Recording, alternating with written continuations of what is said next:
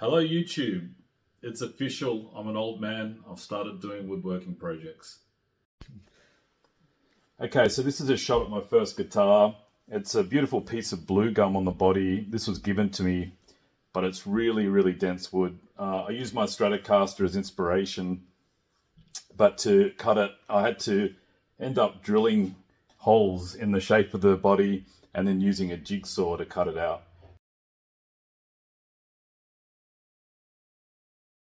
The neck I actually bought. It was CNC'd, but the headstock was left as a blank. So the headstock shape is my own, but as you can see, it's got the skunk stripe for the truss rod, and then you can see where I've done the locking tuners for it.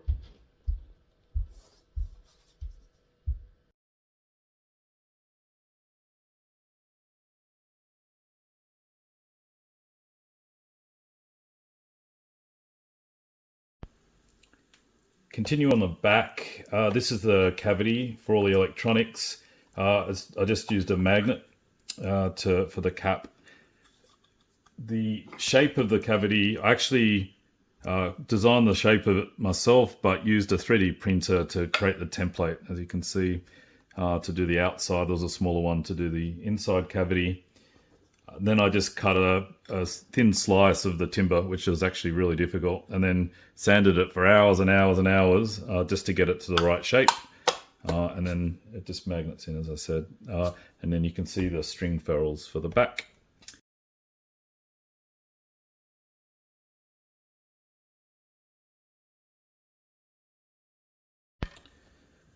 The bridge is a string-through bridge. You saw the string ferrules on the back of the guitar. It's kind of a Fender style bridge, no vibrato, so just kept it simple this time. The pickups, so the humbucker style pickups, the Goda pickups, most of the parts on this guitar are actually Goda. I again found a template online for the pickup cavities and created a 3D printed template to do it, and then just routed them out with a trim router. I did drill them out first, just to remove most of the material, and then just cleaned them up with the router. For the volume and tone knobs, these are just 3D printed. I modeled them so that they would just be a slip-on fit, so there's no Allen key screw or anything like that. I thought I'd just lay out a bunch of the tools I used during the build, just in case it's helpful.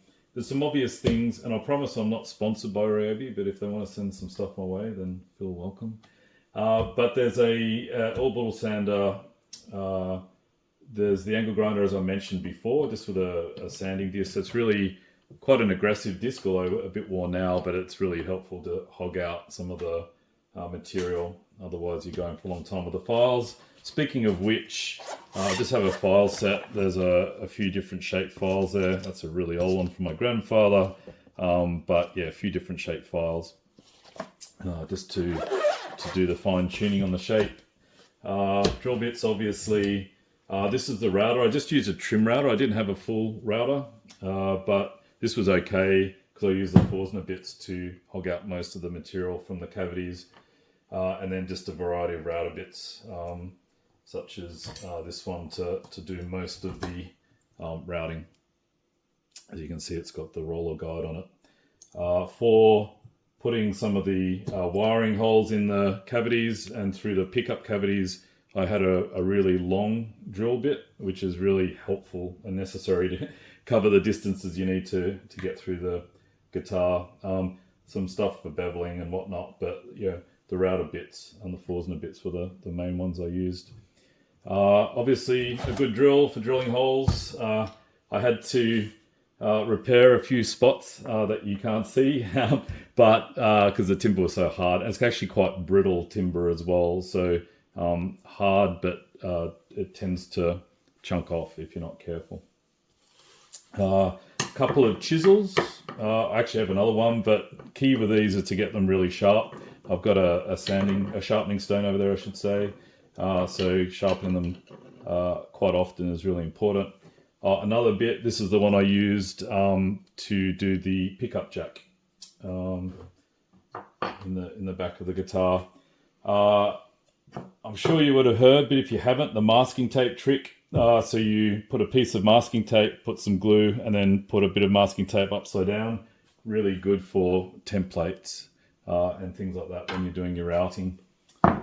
I actually made my own cavity paint. So this is to shield the electronics from radio waves, etc., causing interference.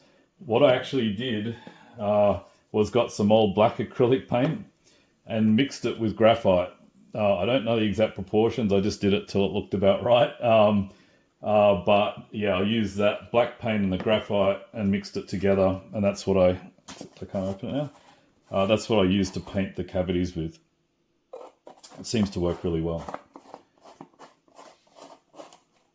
For the electronics, a wire stripper, a couple of those. I had some shrink tube, so I did shrink tube a lot of the electronics. Soldering iron, a solder remover, which is really helpful when you're making mistakes. Obviously some wire and just a good set of screwdrivers, different sizes. That's it. Guys, I hope you found that really useful for your own guitar projects. I'm not getting any younger, so expect more woodworking videos coming from me, and Ryobi, I expect to hear from you soon. Please like and subscribe. See you next time.